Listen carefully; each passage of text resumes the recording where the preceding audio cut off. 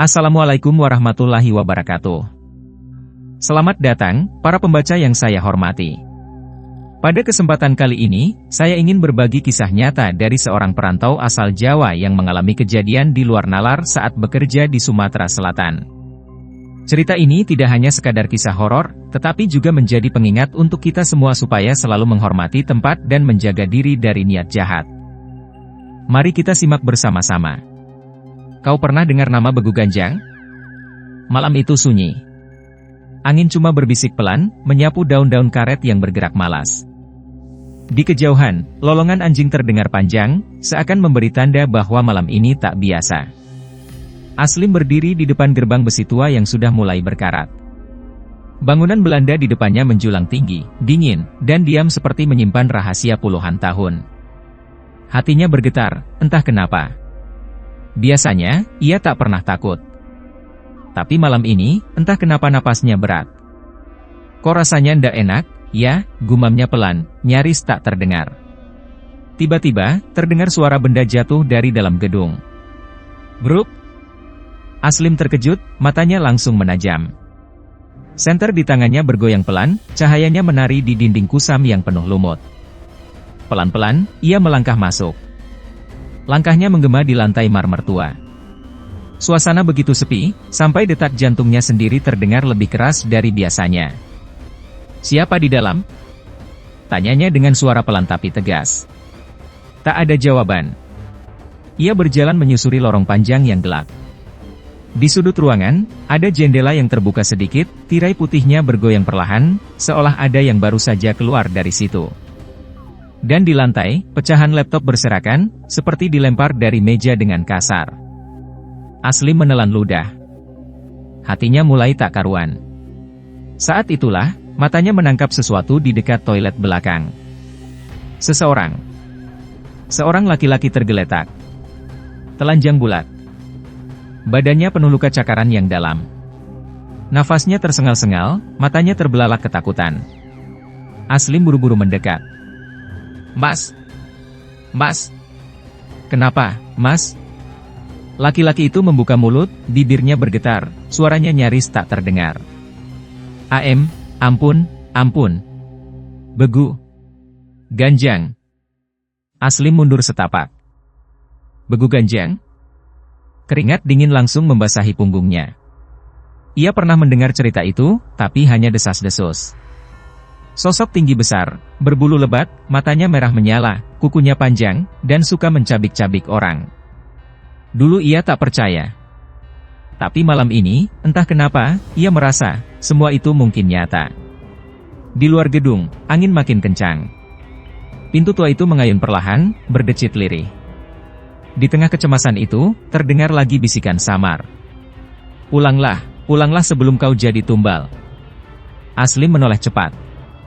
Tak ada siapa-siapa. Lalu, dari balik lorong, muncul seorang perempuan.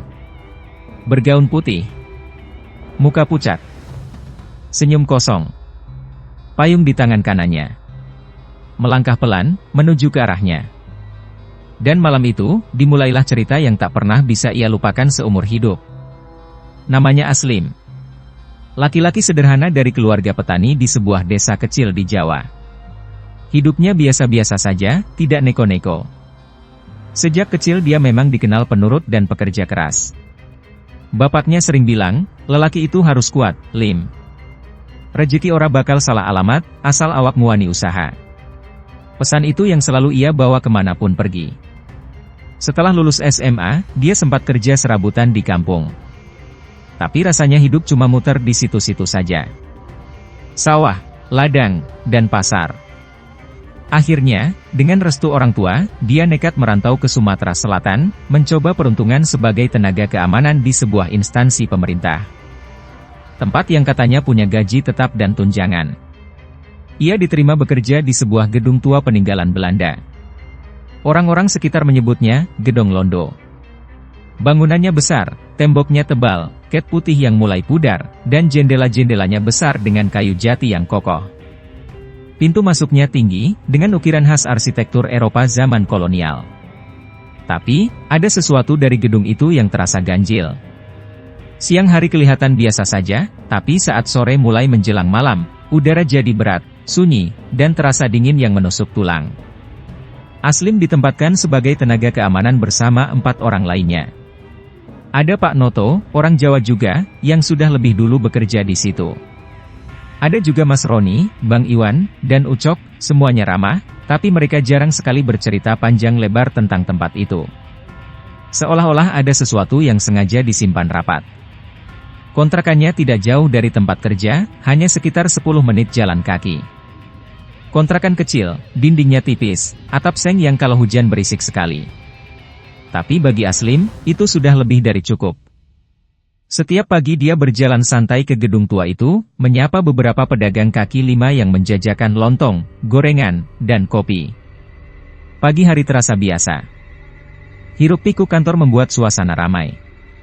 Tapi setelah jam kantor selesai, tepat pukul 5 sore, satu persatu pegawai pulang. Dan menjelang maghrib, gedung itu kembali jadi tempat sunyi. Kadang hanya terdengar suara serangga dari belakang gedung, tempat pohon-pohon karet tumbuh rapat seperti tembok alam yang mengelilingi. Sebulan pertama, semua berjalan normal. Aslim merasa tenang. Ia belajar memahami tugas-tugasnya, berkeliling gedung, memeriksa pintu dan jendela, memastikan tak ada yang tertinggal. Tapi lama-lama, ia mulai menyadari, gedung itu punya aturan tak tertulis. Pertama, jangan berisik di lorong belakang setelah maghrib. Kedua, kalau ada suara langkah kaki yang terdengar dari atap saat malam, diam saja. Ketiga, jangan menoleh ke arah jendela besar di ruang arsip kalau sudah lewat tengah malam. Aslim awalnya menganggap itu cuma mitos. Tapi Pak Noto pernah menepuk pundaknya pelan sambil berkata lirih, "Sing sabar ya, Lim. Nek ono opo-opo, ojo nganti panik. Kudu tetep eling lan waspada." Seiring waktu, pelan-pelan, ia mulai paham kenapa gedung itu begitu berat. Di belakang gedung, ada kebun karet yang rapat sekali. Di tengah-tengah kebun itu, berdiri satu pohon mangga besar yang katanya, sudah ada sebelum Belanda membangun gedung. Orang kampung percaya, pohon itu angker. Banyak yang bilang, disitulah penjaga dari alam lain tinggal. Aslim mencoba menepis pikiran buruk. Pekerjaannya sudah cukup sulit tanpa harus ketakutan sendiri. Tapi malam itu, malam ketika ia menemukan seorang pencuri yang tubuhnya penuh cakaran, menyebut-nyebut, begu ganjang, adalah titik di mana semuanya berubah. Ia mulai mengingat cerita-cerita lama yang dulu sering diceritakan oleh kakeknya saat malam Jumat. Tentang makhluk gaib tinggi besar, matanya merah menyala, rambut lebat, dan tangan penuh cakar. Begu ganjang, makhluk yang katanya suka menampakkan diri kepada orang-orang yang berniat jahat, atau orang-orang yang terpilih sebagai tumbal. Dan semakin ia ingat, semakin ia sadar, bahwa mungkin, tanpa ia sadari, ia telah melangkah masuk ke tempat yang bukan miliknya. Tempat yang sejak dulu sudah menyimpan sesuatu yang jauh lebih tua, dan jauh lebih ganas, dari yang bisa ia bayangkan. Semua bermula di pagi buta, saat embun masih menempel di dedaunan dan langit Sumatera Selatan baru saja mengusir sisa gelap malam. Aslim, seperti biasa, datang lebih awal. Sepagi itu, suasana gedung masih sepi. Hanya suara burung di kejauhan yang menemaninya melangkah. Ia mengunci gerbang depan, membuka pintu besar gedung yang sudah berderit-derit. Angin pagi menyelusup ke dalam lorong, membawa bau lembab khas bangunan tua. Aslim melangkah perlahan, memeriksa ruang demi ruang. Tapi pagi itu ada yang berbeda. Ketika sampai di lorong utama, tepat di depan ruang rapat besar, matanya tertumbuk pada sesuatu yang tak seharusnya ada di sana. Sebuah laptop tergeletak di lantai, pecah berantakan, layarnya retak, dan keyboardnya terpental. Jantungnya berdetak cepat. Ia menoleh ke arah jendela besar yang biasanya selalu terkunci rapat. Dan benar saja, jendela itu terbuka, engselnya rusak, bekas congkelan jelas terlihat. Tanpa menunggu lama, Aslim langsung menghubungi 3 rekan satpam lainnya. Tak butuh waktu lama mereka tiba, wajah mereka juga tampak tegang. Mereka segera menyisir seluruh gedung. Di ruang utama, mereka menemukan satu lagi laptop yang hilang dari tempatnya. Tapi anehnya, tidak ditemukan di luar. Justru, ketika mereka menyisir ke belakang, suasana jadi berubah mencekam. Lorong belakang selalu terasa dingin dan sepi, tapi pagi itu, seolah-olah udara jadi lebih berat. Langkah kaki mereka terasa menggema, suara sepatu mereka menepuk lantai granit tua terdengar aneh, seperti tercekik. Di depan toilet belakang, mereka berhenti. Pandangan mereka terpaku pada sosok yang tergeletak di lantai. Seorang lelaki, telanjang bulat, badannya penuh luka cakaran seperti diserang binatang buas. Tangannya menggenggam ratas kecil yang ternyata berisi kabel charger laptop. Lelaki itu pingsan. Nafasnya tersengal-sengal, tubuhnya gemetar. Saat akhirnya sadar, bibirnya bergetar, wajahnya pucat pasi. Ampun. Begu Ganjang, ampun. Suaranya serak, nyaris tak terdengar, tapi jelas terdengar panik. Aslim terdiam. Ia mendengar jelas nama itu. Begu Ganjang. Sesuatu yang sebelumnya cuma ia dengar dari cerita-cerita orang tua, malam-malam panjang saat listrik padam. Pak Noto, yang ikut bersama mereka, langsung mengusap wajah. Ya Allah, beneran toh, gumamnya pelan. Lelaki itu akhirnya dibawa ke kantor polisi. Tapi sejak kejadian itu, suasana di gedung berubah total. Para pegawai jadi resah. Kepala kantor memutuskan untuk membuat aturan baru, mulai malam itu, harus ada satpam yang jaga malam penuh, tidak hanya sampai pukul 9. Sebuah keputusan yang sederhana, tapi cukup untuk mengacaukan keseimbangan. Aslim tahu, keputusan itu artinya mereka harus menghadapi malam-malam panjang sendirian di gedung tua yang dingin dan penuh rahasia. Tiga temannya, Bang Iwan, Ucok, dan Mas Roni, langsung menggeleng. Kami jaga sampai jam 11 aja, Lim, selebihnya, enggak sanggup, kata mereka. Pak Noto memandang Aslim. Ada keraguan di matanya. Tapi kemudian, ia menepuk bahu Aslim pelan. Aku temani, Lim. Kowe ora usah wedi. Wong kene kuduani. Malam-malam pertama mereka lewati dengan canggung. Setiap suara kecil jadi terasa besar. Setiap bayangan jadi terasa hidup. Tapi puncaknya datang di malam Kamis, malam yang dikenal orang Jawa sebagai malam keramat. Waktu itu, Aslim berjalan menyusuri lorong, senter kecil di genggamannya memancarkan cahaya redup. Suasana sepi sekali. Hanya suara detak jarum jam dari ruang administrasi yang terdengar jelas. Saat sampai di ruang utama, matanya tanpa sengaja melihat ke arah kalender meja. Tanggal yang tertera, Kamis malam, menjelang Jumat Kliwon. Tiba-tiba, bulu kuduknya berdiri. Udara mendadak jadi dingin. Rasanya seperti ada yang mengawasinya dari balik dinding. Langkahnya mulai ragu. Tapi ia paksakan berjalan ke lorong belakang. Lorong yang tadi pagi menjadi saksi kejadian aneh itu. Dan saat itulah, dari ujung lorong, ia melihat sosok perempuan. Gaun putih panjang. Payung kecil di tangan. Wajah pucat tanpa ekspresi. Perlahan-lahan, sosok itu melangkah ke arahnya. Tanpa suara. Asu, bisik Aslim. Hatinya berteriak. Kakinya ingin lari, tapi tubuhnya beku. Perempuan itu berhenti di depannya, menatap dengan mata kosong, lalu mengangkat tangannya, menunjuk ke ruang utama. Tanpa kata, tanpa suara. Lalu berjalan masuk, menembus pintu yang tertutup, dan menghilang. Di detik itulah, Aslim tahu, apa yang selama ini hanya mitos, malam ini sudah mulai mengusik kenyataan. Malam itu, menjadi awal dari semua kekacauan yang tak pernah ia duga. Malam-malam berikutnya tidak pernah sama lagi untuk Aslim. Sejak pertemuannya dengan sosok perempuan bergaun putih itu, tidur tak pernah benar-benar nyenyak. Setiap ia memejamkan mata, bayangan lorong gelap dan tatapan kosong perempuan itu datang menghantui. Di kantor, suasana mulai terasa ganjil. Teman-temannya sesama satpam pun mulai enggan berbicara terlalu banyak. Bahkan Bang Iwan yang biasanya cerewet mulai lebih banyak diam. Mereka semua merasakan hal yang sama, seolah-olah ada sesuatu yang tak terlihat mengintip dari sudut-sudut gelap gedung tua itu. Malam kedua penjagaan, giliran Pak Noto yang patroli jam 11 malam. Aslim menunggu di pos dengan gelisah. Tapi belum 1 jam berlalu, Pak Noto berlari tergopoh-gopoh kembali ke pos. Wajahnya pucat, peluh bercucuran di dahinya. Lim, ayo pulang, Lim. Bisiknya dengan suara bergetar. Ada apa, Pak? Di belakang, aku lihat, Lim, tinggi, matanya merah, berdiri di samping pohon mangga. Aku hendak salah lihat, Lim. Begu Ganjang. Aslim menelan ludah. Dadanya serasa dipukul dari dalam.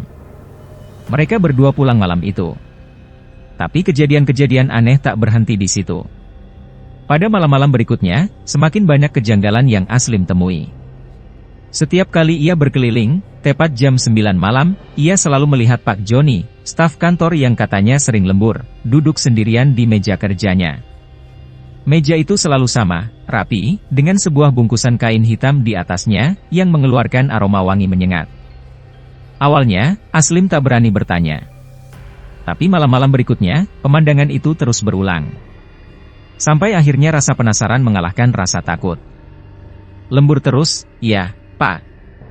Tanyanya satu malam dengan suara pelan.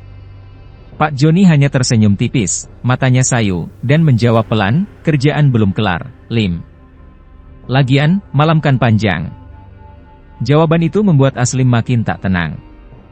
Ada sesuatu yang tak beres dengan Pak Joni, tetapi apa, ia belum tahu.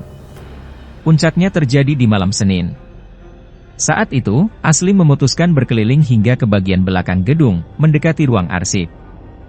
Di pojok belakang, di dekat pohon mangga besar, ia melihat sesuatu yang membuat darahnya berdesir dingin. Di antara akar-akar pohon yang menonjol keluar dari tanah, ada sesuatu yang tampak menonjol, bungkusan kain hitam yang serupa dengan yang ada di meja Pak Joni. Baunya menyengat sekali. Hati-hati, Aslim mendekat. Tangannya gemetar saat ia mencoba mengangkat bungkusan itu. Saat ia membuka sedikit kainnya, ada rokok kretek, kembang setaman, minyak wangi, dan secarik kertas berisi tulisan Latin dalam bahasa Belanda. Dadanya berdebar keras. Matanya terbelalak saat melihat namanya sendiri tertulis di sana, bersama satu nama lain, Joni. Tubuhnya langsung lemas. Tanpa pikir panjang, ia membakar bungkusan itu. Api menyala pelan, asap tipis mengepul ke langit malam yang pekat. Tapi dari dalam gedung, terdengar suara jeritan panjang. Aarg! Aslim tersentak. Ia kenal suara itu. Itu suara Pak Joni. Malam itu, gedung tua itu bergema dengan suara raungan panjang yang terdengar seperti jeritan orang kesakitan dan marah. Aslim berlari sekuat tenaga kembali ke pos. Tapi malam itu tak berakhir begitu saja. Saat ia tertidur di kontrakan, mimpi buruk datang menghampiri. Dalam mimpinya, ia kembali berdiri di depan pohon mangga besar itu. Dari balik kegelapan, sesosok makhluk tinggi menjulang, bermata merah, dengan kuku panjang yang berkilat, melangkah mendekat. Cakarnya mengarah ke tubuh Aslim, hendak mencabik. Namun tiba-tiba, dari belakang, sosok noni Belanda bergaun putih datang, berdiri di antara mereka. Ia mengucapkan kata-kata dalam bahasa yang tak dimengerti Aslim. Tapi raut wajahnya jelas-jelas sedang memperingatkan. Aslim terbangun dengan nafas terengah-engah. Tubuhnya basah oleh peluh dingin. Keesokan paginya, ia demam tinggi. Badannya lemas, tak mampu bangkit dari ranjang kontrakan. Selama 3 hari ia terbaring, dihinggapi mimpi-mimpi buruk yang selalu sama, makhluk tinggi itu datang, noni Belanda itu melindungi. Dan selalu ada satu kalimat yang samar terdengar di telinganya. Pergilah, pulanglah ke tempatmu, sebelum kau jadi tumbal. Saat akhirnya ia sembuh dan kembali ke kantor, Pak Noto sudah menunggunya di pos. Wajahnya muram. Lim, 3 hari kau nggak masuk. Ada surat untukmu, katanya sambil menyerahkan amplop coklat kusam. Aslim membuka surat itu.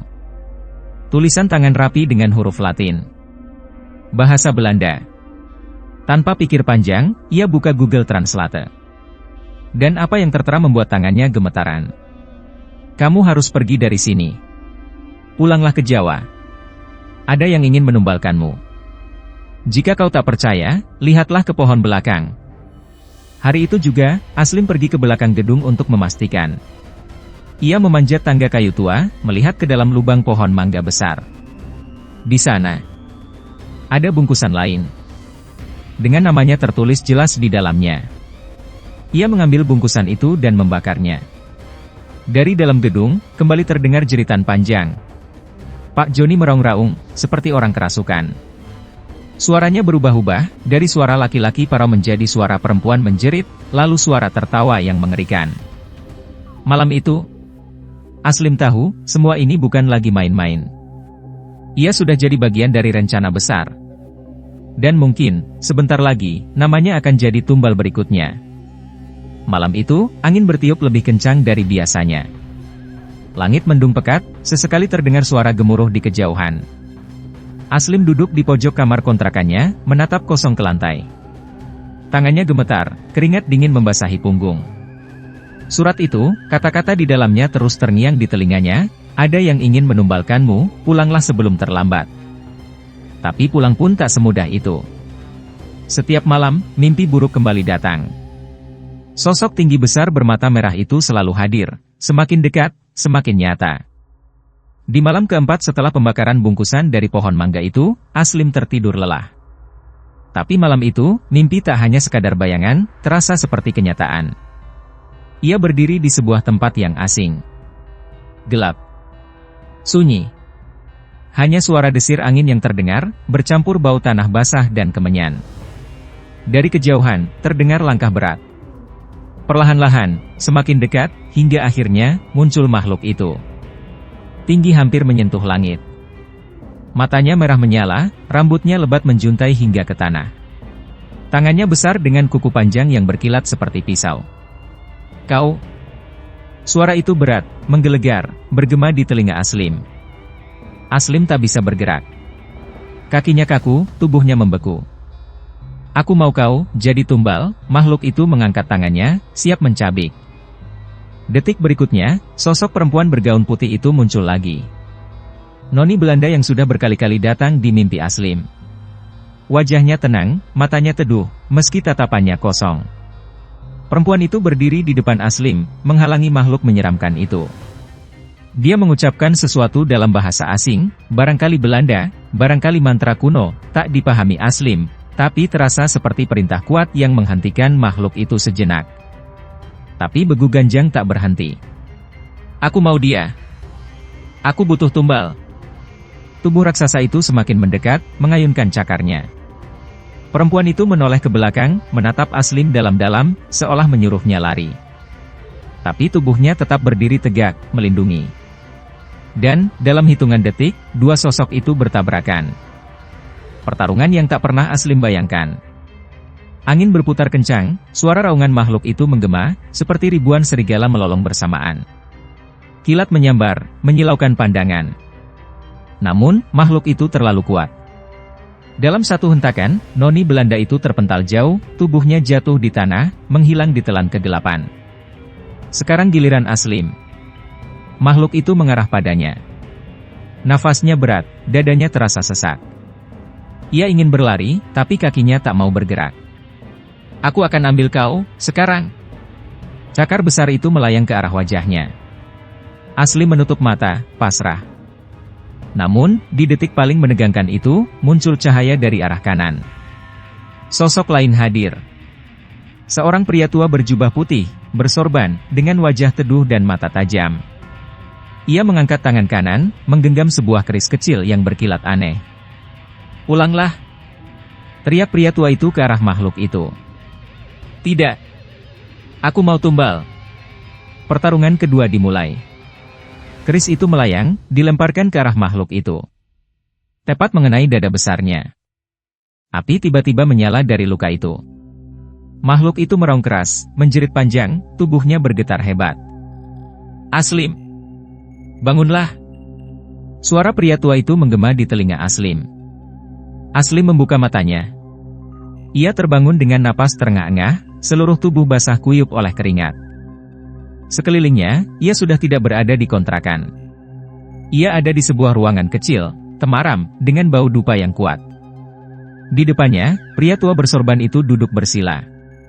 Sampeyan sudah kembali, kata pria tua itu pelan. Aslim masih terdiam. Namaku Mbah Karim. Aku sudah tahu semuanya. Kau diincar oleh sesuatu yang sudah lama ada di sana, dan ada orang yang sengaja menumbalkanmu, ujar Mbah Karim tenang. Air mata mengalir tanpa sadar dari mata Aslim. Ia tak tahu harus berkata apa. Tenanglah. Malam ini kita akan menyelesaikannya. Dan malam itu, tepat pukul 12, di sebuah sendang tua di lereng gunung, Aslim disuruh mandi kembang. Airnya dingin menggigit, tapi terasa menenangkan. Saat matanya terpejam, suara raungan makhluk itu terdengar lagi. Dari kejauhan. Aku tidak akan berhenti. Aku akan datang. Aku akan ambil dia. Namun, suara itu perlahan memudar. Terbakar oleh mantra dan keberanian orang-orang yang melindungi. Aslim membuka mata. Nafasnya pelan. Jantungnya masih berdetak keras, tapi ada rasa hangat di dadanya. Untuk pertama kalinya, sejak semua ini dimulai, ia merasa sedikit lega.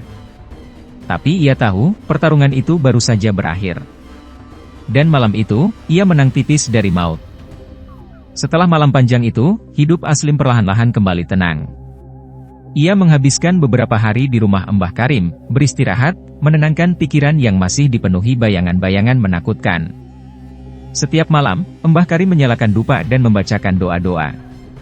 Di sudut ruangan, ada kendi air dari sendang tempat Aslim mandi kembang malam itu, yang katanya masih membawa hawa pelindung. Aslim mulai merasa ringan.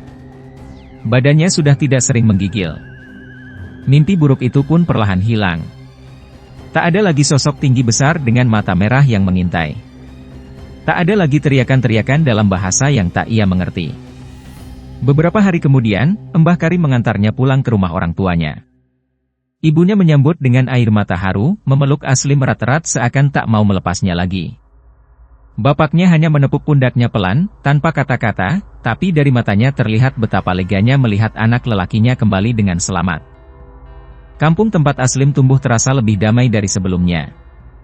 Udara pagi begitu segar, suara ayam berkokok, sapaan hangat tetangga, semua terasa seperti anugerah setelah malam-malam panjang yang penuh ketegangan dan ancaman maut. Teman-teman lamanya mulai berdatangan ke rumah, menanyakan kabar, mendengarkan cerita yang hanya bisa membuat mereka bergidik ngeri. Tapi Aslim tidak ingin membahas terlalu dalam. Ia hanya bilang, wong na rejeki ora mesti teko saka dalan sing gampang. Kadang, kudu ngliwati cobaan, nganti nyawa podo-podo kecekek. Beberapa hari kemudian, telepon dari Pak Noto datang. Lim, kowe piye saiki? Alhamdulillah, Pak, aku wes genah, wes ngopi bareng keluarga. Suara di ujung sana terdengar berat. Lim, aku juga sudah tidak kerja di situ lagi, kata Pak Noto pelan. Aslim menelan ludah. Ada kejadian, Lim, staf kantor itu. Pak Joni, beberapa hari setelah kau pulang, dia kesurupan, nyakar-nyakar badannya sendiri, terus, nyari benda tajam, lalu menusuk-nusuk ke tubuhnya sendiri, di depan semua orang, sampai akhirnya mati. Suara Pak Noto terputus, seperti tercekat. Aslim terdiam, bulu kuduknya berdiri lagi. Pak Noto melanjutkan dengan suara parau, kantor itu sekarang sepi, Lim. Gak ada yang berani lembur. Semua orang mulai pindah, katanya, tempat itu sudah ditandai. Setelah percakapan itu, Aslim duduk termenung di teras rumahnya. Tatapannya kosong ke arah sawah yang menguning. Angin berhembus pelan, tapi hatinya tak bisa sepenuhnya tenang. Di malam-malam berikutnya, mimpi buruk itu memang tak lagi datang. Tapi sekali-sekali, saat ia duduk sendirian di teras menjelang maghrib, ia merasa, ada yang memperhatikannya dari kejauhan. Tapi bukan sosok tinggi bermata merah. Bukan pula makhluk dengan cakar panjang. Melainkan sosok perempuan bergaun putih, berdiri jauh di ujung jalan desa. Tidak mendekat, hanya menatap, lalu perlahan-lahan menghilang seiring kabut tipis yang turun di persawahan. Seolah-olah, hanya memastikan bahwa Aslim sudah benar-benar pulang, dan aman. Dan sejak malam itu, tak ada lagi gangguan. Keseimbangan mulai kembali. Rumah, kampung, keluarga, semuanya terasa hangat. Aslim tahu, hidupnya sudah diberikan kesempatan kedua. Ia berjanji dalam hati, tidak akan pernah lagi main-main dengan tempat yang bukan miliknya, tidak akan sembarangan melangkah ke wilayah yang tak ia pahami. Karena ia sudah belajar dengan cara yang paling menakutkan, ada dunia lain yang tidak bisa kita ganggu. Dan mereka, tidak akan segan mengambil tumbal, jika garis batas sudah dilanggar. Hari-hari berlalu, berganti minggu, lalu bulan. Aslim mulai menjalani hidup dengan lebih sederhana. Ia membantu bapaknya di sawah, ikut menanam padi, memanen, dan kadang membantu tetangga membangun rumah. Semua terasa lebih damai, lebih berarti. Tapi, meskipun hidup telah kembali normal, kenangan tentang malam-malam di gedung tua Sumatera Selatan itu tetap menempel kuat di benaknya. Kadang-kadang, saat ia duduk di serambi rumah menjelang senja, suara angin yang mendesir pelan masih membawa ingatan tentang lorong-lorong sunyi, tentang sosok tinggi bermata merah yang pernah begitu dekat, dan tentang perempuan bergaun putih yang entah bagaimana, selalu datang menyelamatkannya. Setiap malam Jumat Kliwon, ibunya selalu mengingatkan, "Lim, ojo adoh-adoh. Lek bengi, ojo keluyuran." Dan Aslim hanya mengangguk, karena ia paham, ada hal-hal yang tidak perlu dicari tahu terlalu jauh. Satu hari, di tengah rutinitasnya, seorang teman lama dari kampung sebelah datang ke rumah. Namanya Tono. Mereka duduk di bawah pohon mangga tua di depan rumah, berbincang soal pekerjaan dan rencana masa depan. "Aku dengar cerita tentang gedung tua itu, Lim. Banyak yang bilang, sampai sekarang masih sering ada kejadian aneh," kata Tono sambil meneguk teh hangat. Aslim hanya tersenyum kecil.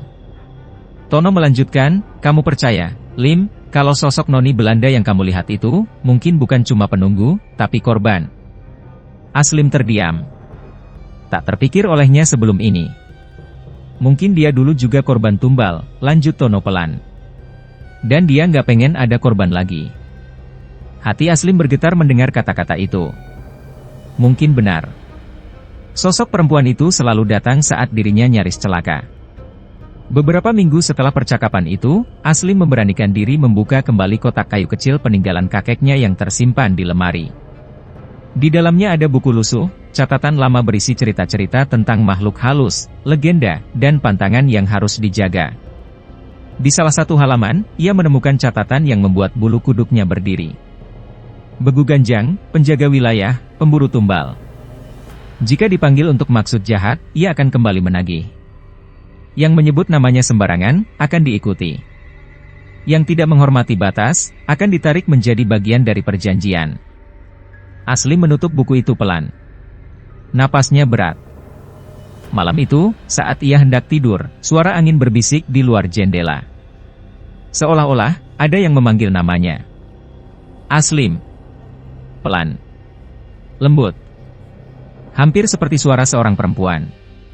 Ia membuka mata perlahan. Jendela kamarnya terbuka sedikit, tirai putih melambai perlahan. Di luar, samar-samar, ia melihat bayangan sosok perempuan, berdiri jauh di tepi jalan desa. Kali ini, perempuan itu tersenyum, lalu menghilang dalam kabut. Dan malam itu, Aslim akhirnya bisa tidur nyenyak. Karena ia tahu, meskipun semua sudah selesai, ada yang akan selalu menjaga dari jauh. Dan mungkin, ada janji yang belum sepenuhnya usai. Demikianlah kisah ini saya ceritakan. Semoga cerita ini bisa jadi pelajaran bagi kita semua, supaya tidak sembarangan melangkah ke tempat yang bukan milik kita, dan selalu hati-hati terhadap hal-hal yang tak terlihat. Terima kasih sudah membaca sampai akhir. Wassalamualaikum warahmatullahi wabarakatuh.